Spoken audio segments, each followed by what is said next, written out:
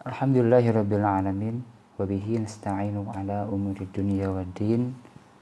Asyhadu an la ilaha illallah wahdahu la syarikalah wa asyhadu anna Muhammadan abduhu wa rasuluhu alladzi la nabiyya wa la rasula ba'dah amma ba'du. Alhamdulillah, saya Yusuf Abinayuri di pagi hari ini kembali bisa hadir di ruangan Anda, tentunya dengan program Renungan Pagi FKRM edisi hari Rabu 13 Mei 2020 yang pasti hanya di Mar FM Tasikmalaya.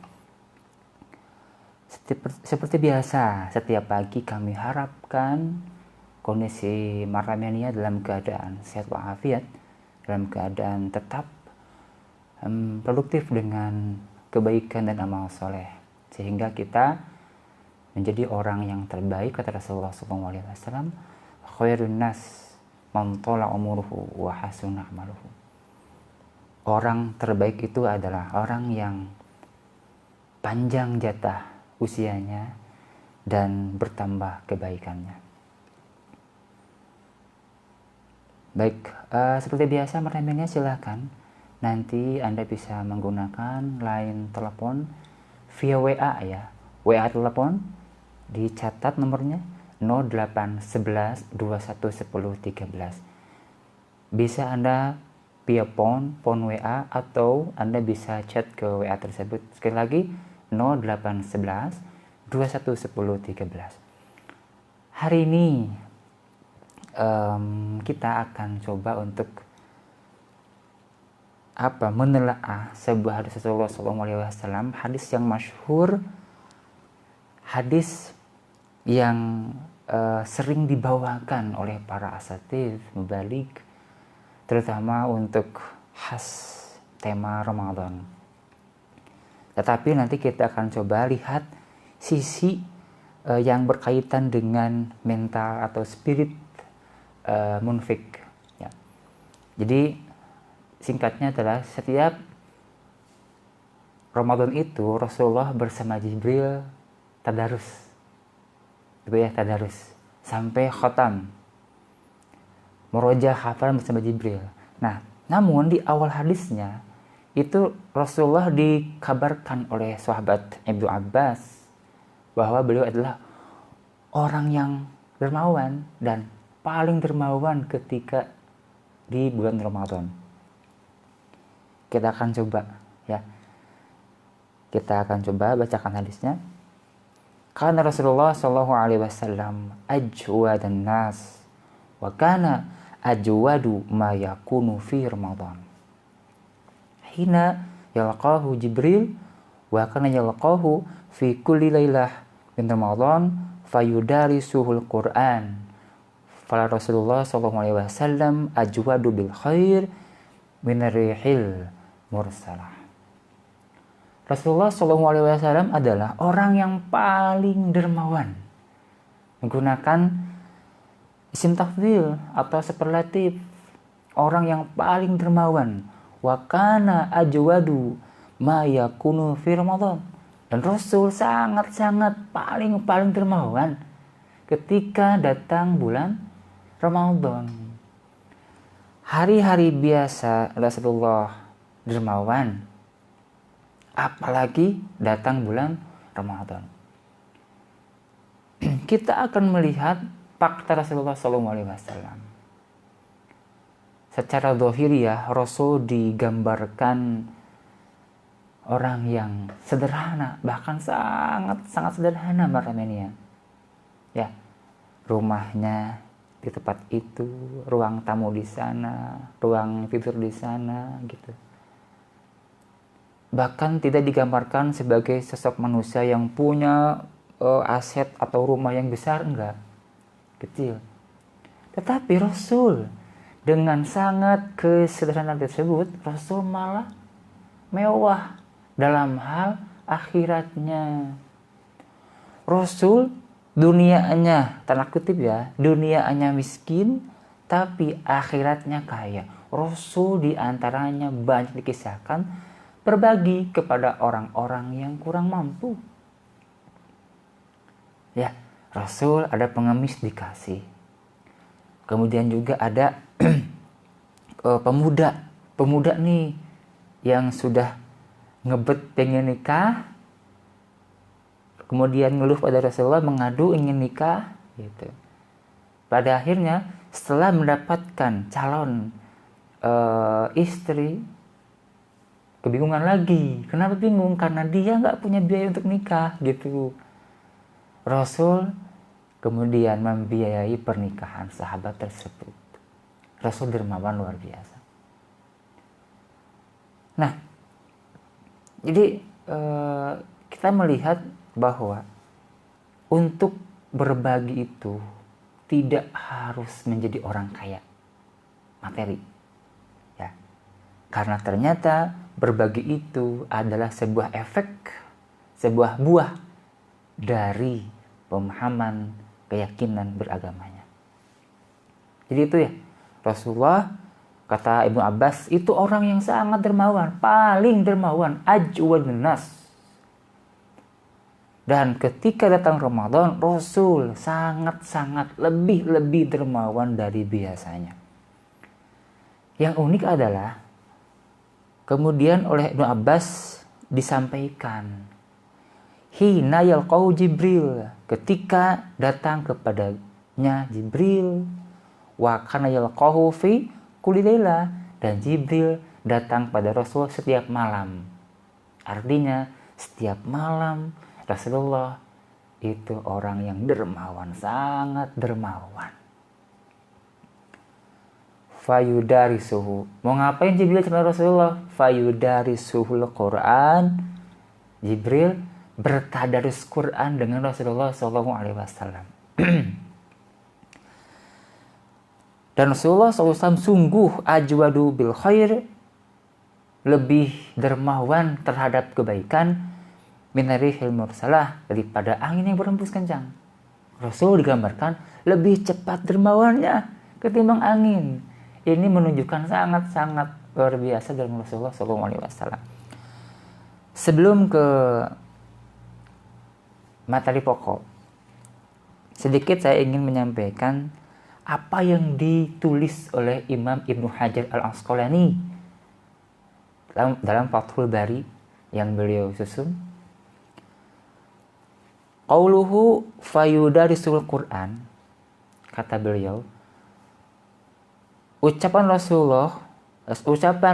Ibnu Abbas, Jibril Rasulullah tadarus Quran itu adalah al-hikmatu fihi anna mudarasal Quran tujadidu lahul ahda bimazidi ginan nafs.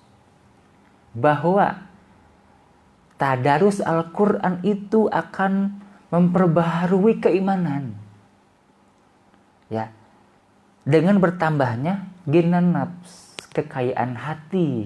Ini kunci pokok, ya. Tadarus Al-Quran itu akan menambah kekayaan hati, kata Ibnu Hajar Al-Asqalani, walagina sababul jud, adapun kaya hati ini adalah penyebab dermawan. Fisyar'i, secara syar'i, i'ta'u mayan bagi limayan bagi wa huwa a'amu minas sedekah. Al-jud itu, kata Ibnu Hajar, adalah memberikan sesuatu yang harus diberikan kepada orang yang harus diberi. Memberikan sesuatu yang harus diberikan kepada orang yang harus diberi. Wa huwa a'ammu minas sedekah, dan ini lebih umum daripada sedekah. Artinya pemberian apapun, ya, kepada yang berhak itu al-jud namanya. Ya, lebih umum daripada sedekah, daripada zakat, lebih umum. Jadi ternyata ada kunci yang disampaikan oleh Ibnu Hajar, bahwa penyebab utama gitu orang bisa orang menjadi dermawan itu adalah karena pembaharuan iman melalui tadarus Al-Quran. Tadarus itu beda dengan tilawah. Ya, tilawah Quran beda dengan tadarus Al-Quran. Bedanya apa? Coba lihat kata dasarnya. Tilawah membaca, ya, membaca bisa tekstual membacanya. Musabaqah tilawah Quran, perlombaan membaca Quran. Lebih kepada tilawah secara teks. Tadarus itu lihat kata dasarnya dari kata darosa. Masuk pada wajan darosa. Ya tadarosu, tadarusan. Darosa itu artinya belajar, pelajaran. Darsun, pelajaran. Darosa, saling belajar. Tadarus berarti saling mempelajari antara Rasulullah dengan Jibril. Maka pemahamannya adalah kenapa Al-Jud ini muncul? Karena ada sikap mempelajari Al-Quran. Berarti kalau begitu Al-Jud atau dermawan itu adalah hasil pembelajaran bersama atau terhadap Al-Quran. Kita memahami ya. Jadi ini sangat luar biasa hadisnya, menyambungkan antara sikap Al-Jud ataupun dermawan dengan tadarus Al-Quran. Baik. Jadi hari ini temanya adalah tentang ujian kedermawanan selama Ramadan. Ya, ujian dermawan selama Ramadan. Kenapa sikap ini perlu dipupuk, Martamania?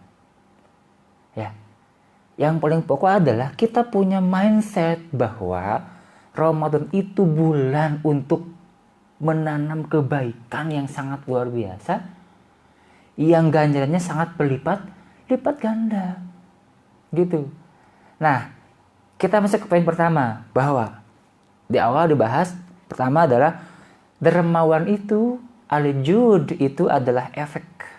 Ya, efek dari pertama, dari ilmu, pemahaman, dan keyakinan beragama. Ilmu, pemahaman, dan keyakinan ini adalah efek dari sikap belajar. Maka nyambung tadi kata Rasulullah, kata Ibnu Abbas, bahwa ternyata pembelajaran pada Al-Quran bisa menyebabkan kayanya hati seseorang. Dan kayanya hati seseorang itu bisa menyebabkan Al-Jud, dermawan. Maka rekan-rekan Martamania, kalau kita mau ya mengambil intisari, kenapa orang dermawan? Karena dia punya ilmu, pemahaman, dan keyakinan pada agamanya melalui proses belajar Al-Quran.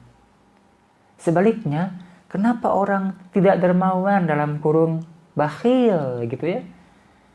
Kenapa orang menjadi bakhil?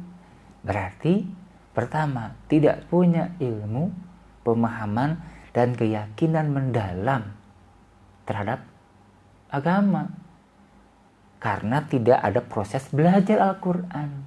Berarti startingnya adalah, proses awalnya adalah kemauan untuk belajar.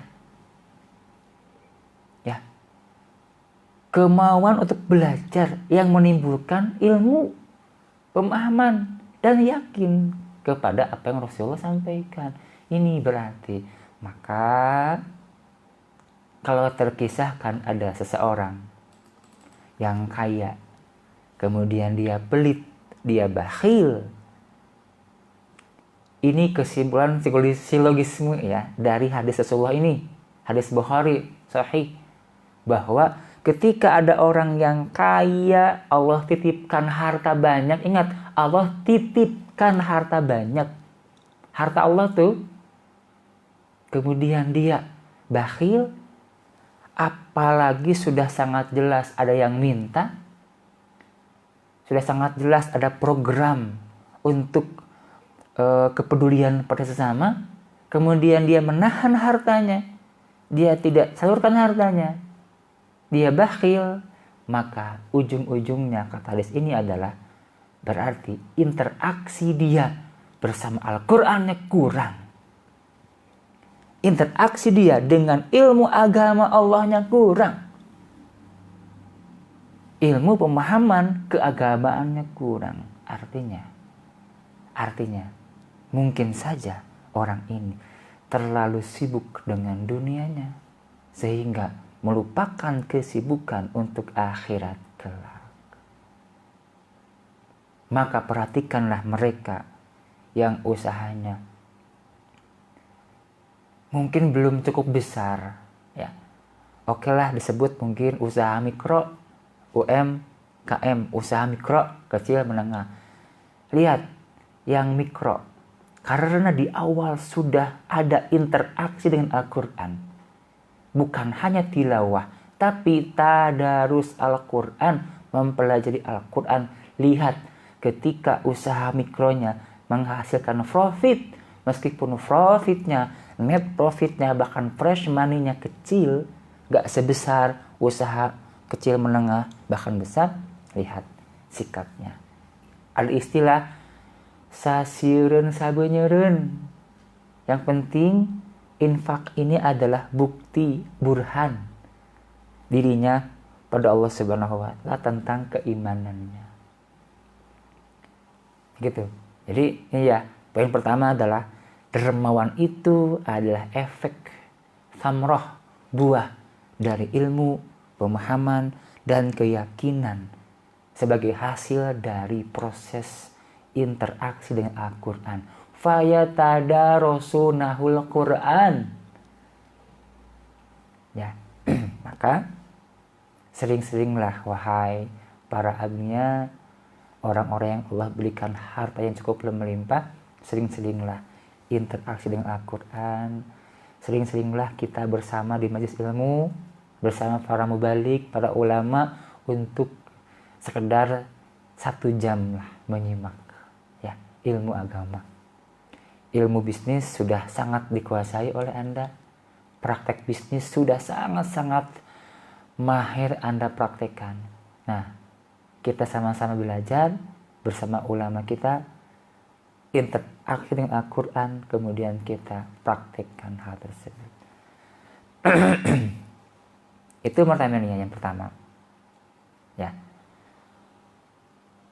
Jadi intinya kalau sudah tidak mau interaksi dengan Quran, barang sedikitlah membaca tiap hari one day one ayah, one day one page, one day one people, one day one juice.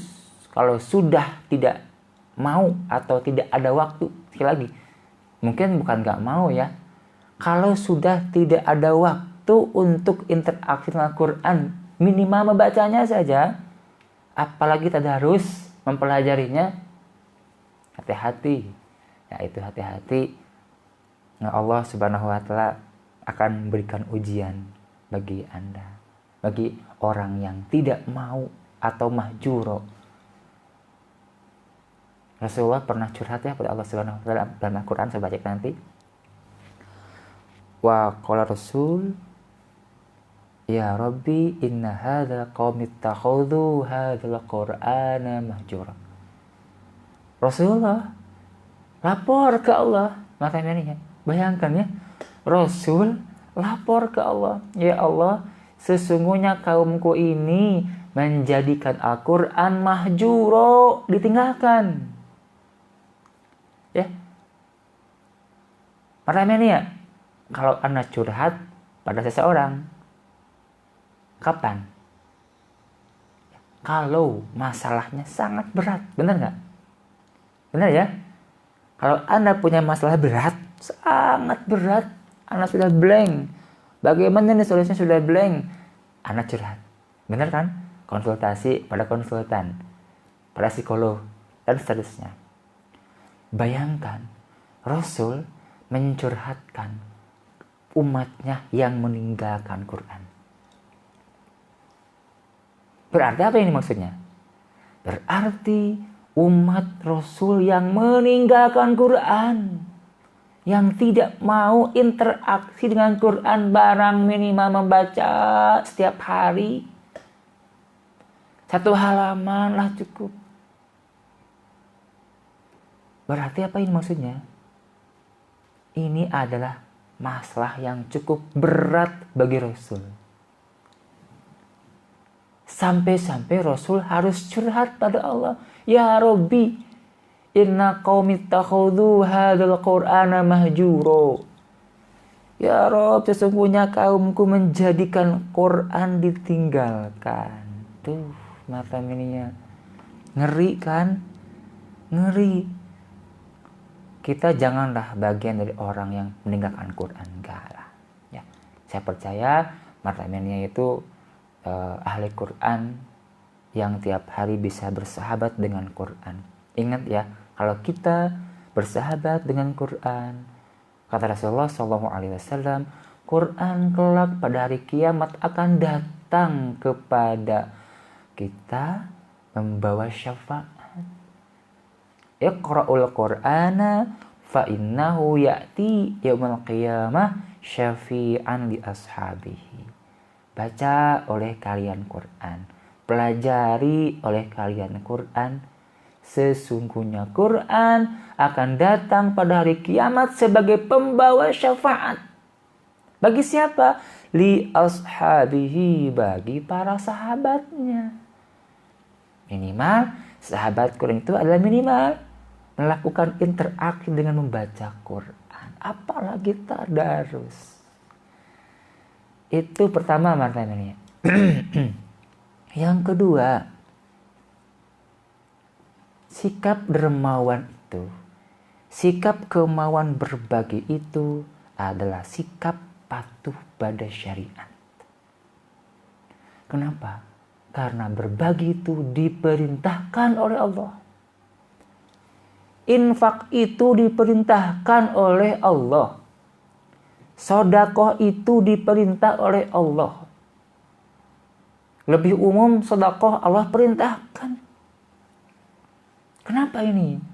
Sebagai burhan, bukti keimanan dan kepatuhan pada syariat. Artinya, kalau ada orang yang dermawan, tidak melihat apakah hartawan ataupun bukan hartawan, maka dia sudah membuktikan pada Allah keimanannya, kepatuhannya pada syariat. Karena infak itu perintah Allah.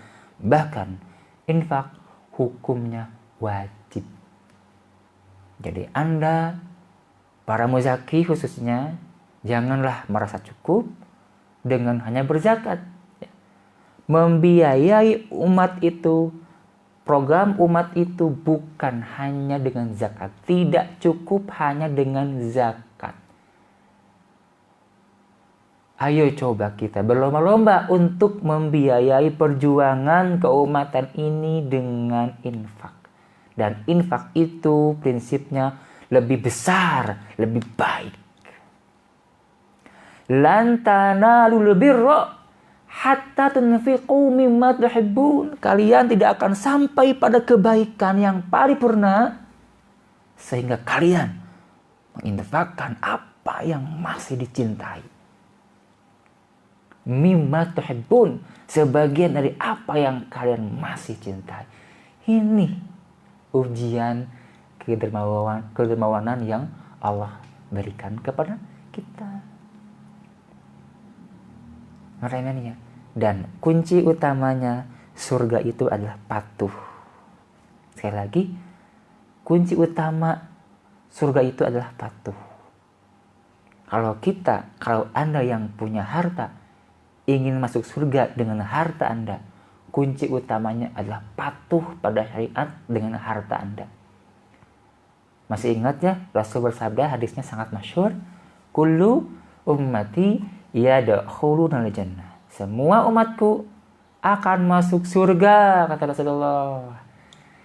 Ini kabar gembira ya. Semua umatku akan masuk surga, kata Rasulullah, illa man aba, kecuali yang enggak mau, yang menolak. Masya Allah, sahabat kaget. Kok ada-adanya orang yang enggak mau ke surga? Kemudian ditanyakan oleh para sahabat, wa may ya'ba ya Rasulullah, Rasul, siapakah gerangan orang yang enggak mau ke surga? Qala, Rasul menjawab, man ata'ani dakhalal jannah. Siapa yang taat padaku, dia masuk surga. Wa man asani faqad aba. Siapa yang maksiat padaku, dia berarti gak mau ke surga. Maka kunci utamanya adalah patuh, taat pada Rasulullah, taat pada syariat. Itu kunci surga. Nah, dermawan itu adalah wujud kepatuhan, wujud ketaatan pada syariat, karena berbagi, infak, sedekah itu adalah perintah agama. Ketika dermawan ini, berbagi ini adalah kepatuhan pada Allah dan Rasulnya, berarti sikap dermawan bisa menjadi kunci surga. Yakinkan ini, hadisnya sahih, gitu ya. Gitu. Kalau kita ingin menjadi bagian orang yang patuh pada syariat, yang Allah janjikan surga, bagi Anda yang punya harta, maka berbagilah. Ingat kuncinya mimma, hanya sebagian, enggak semuanya, hanya sebagian. Allah masih adil kok. Yang harus Anda infakkan enggak semuanya. Mimma tuhibbun, sebagian dari yang masih disukai, disenangi. Itu yang kedua. Yang ketiga, meramennya, sebelumnya saya ingatkan, silakan bagi meramennya yang bertanya boleh bisa gunakan WA, ya, chatting ataukah by phone boleh di WA 0811 2110 13. Silakan catat 0811 2110 13. Yang ketiga, meramennya, bahwa kecintaan pada umat itu akan mendorong sikap dermawan. Ya. Sekali lagi, kecintaan kepada umat itu akan mendorong pada dermawan. Kalau kita harus meng-cross-check masing-masing kita, sebenarnya kita usaha itu mau apa gitu. Ya, silakan nanti ditelusuri. Motif di awal kita membangun bisnis itu sebenarnya mau apa sih? Apakah hanya ingin kaya? Ingin dapat pundi-pundi harta banyak? Ingin punya aset duniawi yang banyak? Atau bahkan mungkin ingin punya prestise dan sebagainya? Ataukah ingin beribadah dengan harta? Ini titik tolak yang luar biasa, fundament. Sekali lagi, bukan berarti ini sebagai sebuah penelitian ya. Kemungkinannya sangat jarang orang membangun bisnis itu dengan niat awalnya adalah untuk ya, beribadah pada Allah dengan harta. Untuk berjuang fi sabilillah akan sangat jarang materinya. Ya. Maka sebagai umat Islam kita harus memperbaharui motif ini. Ya. Kita kemudian perbaharui visi usaha kita bahwa kita membangun bisnis itu adalah motif awalnya ingin membangun agama, ingin menegakkan agama, ingin mempersembahkan untuk agama ini dengan harta yang kita miliki. Itu sehingga targetan usaha kita bukan ingin banyak omset. Ya, da omset mah efeknya maremenia ya. Target usaha kita sampaikan kepada karyawan kita. Kita ingin targetnya meningkatkan zakat. Kita targetnya ingin meningkatkan infak. Nah, loh Mas Emenia, otomatis lalu zakat bertambah bisa berefek pada bertambahnya omset. Itu Mas Emenia ya. Nah, ini dasarnya adalah apa yang Rasul sampaikan dalam sebuah hadis. La yu'minu ahadukum hatta yuhibba li akhihi ma yuhibbu li nafsihi. Ini hadis sangat-sangat berat ya.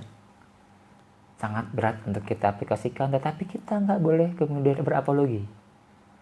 Tetap berjuang. Ya, tetap berjuang. Bahwa kita insya Allah sangat bisa. Ya. Tidak sempurna iman seseorang sehingga dia mencintai saudaranya seperti mencintai dirinya sendiri. Makanya ya, ini ya, kecintaan pada umat itu akan melahirkan sikap dermawan. Lihat orang fakir, ngusap dada, Masya Allah, orang alhamdulillah ya, kita masih untung alhamdulillah, masih bisa tidur meskipun alasnya tikar misalnya. Lihat orang mah tidurnya di mana saja, di emper toko, bahkan di kolong jembatan. Alhamdulillah kita mah meskipun makan dengan gepuk ya, gep kerupuk gitu. Orang mah geningan, ada yang nggak makan sehari semalam. Kalaupun makan itu makan dari hasil mencari di tong-tong sampah. Nah, ini kemudian terketuk kecintaan pada umat ini muncul sikap dermawan. Dan kita ingin berbagi pada mereka. Yang terakhir, maknanya yang keempat. Tentunya, kenapa orang menjadi dermawan? Berbagi, bersedekah. Yang paling pokok adalah karena dia ingin mencari keridhaan Allah Subhanahu wa ta'ala. Itu maknanya, itu yang paling pokok. Karena senang ya, sudah sama Allah kasih harta, bahkan melimpah ruah hartanya. Ditambah lagi Allah ridho kepada kita. Kan ini dunia akhirat hasanahnya maknanya ya. Benar enggak? Benar kan? Jadi banyak mungkin ini yang kejadian pada para sahabat ya, maknanya ya. Zahaba ahli-dusur, kata sahabat yang lain. Sudah melewati kita orang yang kaya raya, mereka dapat pahala ya, sudah ibadah, sudah sholat, zikir dan sebagainya, dan mereka pun bisa beribadah dengan hartanya. Kata sahabat, sedangkan kami kita bisa ibadah dengan harta. Kata Rasulullah, jangan engkau berkecil hati, susul mereka dengan apa? Dengan tasbih, dengan tahmid, dengan takbir, dengan zikir-zikir. Kenapa? Kata Rasulullah, inna likulli tasbihatin shadaqah. Setiap tasbih itu sedekah. Setiap tahmid itu sedekah. Setiap takbir itu sedekah. Artinya, kalau orang yang papa ini ingin menyusul, menyalip kebaikan orang-orang kaya raya, okelah, mereka sedekahnya dengan harta, maka orang yang papa sedekahnya dengan zikir. Apa jadinya kalau yang kaya pun sama dengan yang miskin, zikir? Nah, itulah keutamaan bagi mereka. Ya. Maka jadilah marhamenia, jika Anda sebagai orang yang Allah berikan harta, jadilah hartawan yang masuk surga. Jadilah orang kaya ahli surga. Ya, jadikan harta Anda sebagai kendaraan menuju kebahagiaan dunia dan akhirat. Jangan sampai ya harta Anda justru akan mencelakakan Anda sendiri. Jangan sampai harta yang Anda miliki kelak pada hari akhirat akan menjadi malapetaka buat Anda, buat kita. Jangan sampai. Yang ngeri itu adalah Rasul menggambarkan pada hari kiamat ada orang yang dililit oleh ular dengan kepala yang banyak gitu. Dililit ular, kemudian kepala orang tersebut dipacokkan, ya, dipatuk-patuk sama ular tersebut. Si ular tersebut kemudian berkata, ana maluka, ana kanzuka. Aku ini hartamu, aku ini adalah simpananmu. Harta, kata Rasulullah, nanti pada hari kiamat akan berubah wujud menjadi seekor ular yang kepalanya cagak banyak. Kemudian mematuk-matuk kepala orang yang tersebut, orang tadi. Kenapa? Karena hartanya tidak dia gunakan sebagai alat untuk beribadah. Apalagi harus infak dan berbagi. Zakat saja ditahan-tahan, tak dikeluarkan. Maka kita harus sangat-sangat berhati-hati. Ada kelompok orang yang kata para ulama itu diberi harta, tapi hartanya bukan anugerah, bukan. Tapi hartanya jadi istidraj. Rasul bersabda, "Idza ra'aitallaha yu'til 'abda mimma yuhibbu wa huwa muqimun 'ala ma'siyatihi fadzalika huwa istidraj." Hei, kalau kamu melihat Allah memberikan kepada seorang hamba apa yang dia cintai, apa yang dia sukai, tetapi si hamba ini muqimun ala maksiati, tetap dalam kemaksiatan kepada Allah, fadzalika huwa istidraj, itu bukan anugerah, itu adalah istidraj, pemerdaya.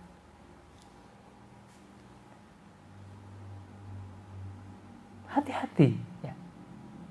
Mungkin tidak sedikit ada orang yang Allah kasih harta, tapi hartanya bukan anugerah. Itu adalah istidraj. Hati-hati. Yang bagaimanakah orang yang punya harta tapi bukan anugerah?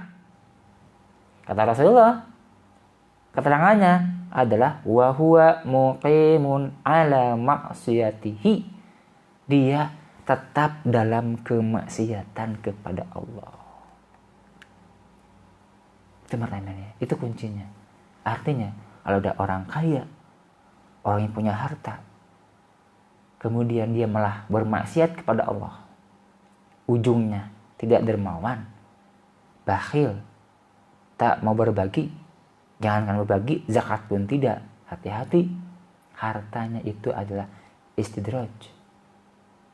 Ini bukan sebagai sebuah tahdzir ya, peringatan. Tapi ini adalah bentuk kasih sayang Allah, Rasulullah kepada umatnya. Kalaulah kita ingin diberikan anugerah oleh Allah dengan harta kita, jangan kita bermaksiat kepada Allah. Yang satu di antaranya adalah tidak memenuhi kewajiban zakat dan infak. Zakat dan infak dua-duanya wajib. Zakat harus dipenuhi, infak pun harus. Teman-teman ya. Jadi tema kali ini kita hanya untuk bermuhasabah saja. Ya, bahan untuk evaluasi saja teman-teman ya, bahwa ada ujian kedermawanan bagi kita, bagi yang punya harta. Kalau kita bisa menjadi hamba Allah yang beribadah dengan harta kita, bisa berbagi dengan apa yang kita miliki, katakanlah dermawan, maka itu adalah buah hasil dari pemahaman, keilmuan, keyakinan pada agamanya, yang pada ujungnya mudah-mudahan dengan sikap jude ini kita menjadi hamba Allah yang Allah tempatkan di surga yang maha nikmat. Banyak loh teman-teman orang-orang kaya yang masuk surga. 10 sahabat yang Rasul jamin ke surga, hampir 70%-an itu adalah orang yang kaya raya. Kebanyakannya adalah orang yang kaya, sahabat yang kaya. Kenapa bisa masuk surga?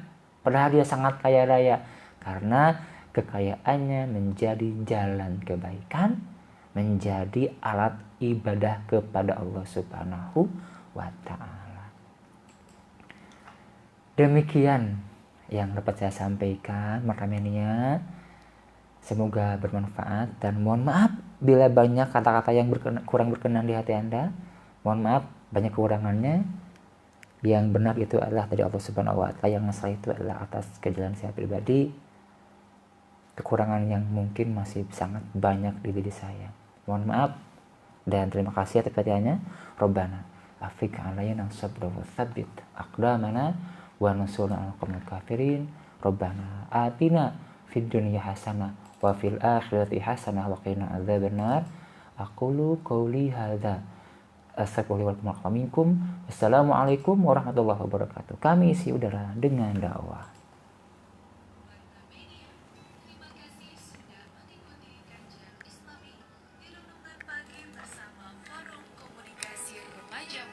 Wassalamualaikum.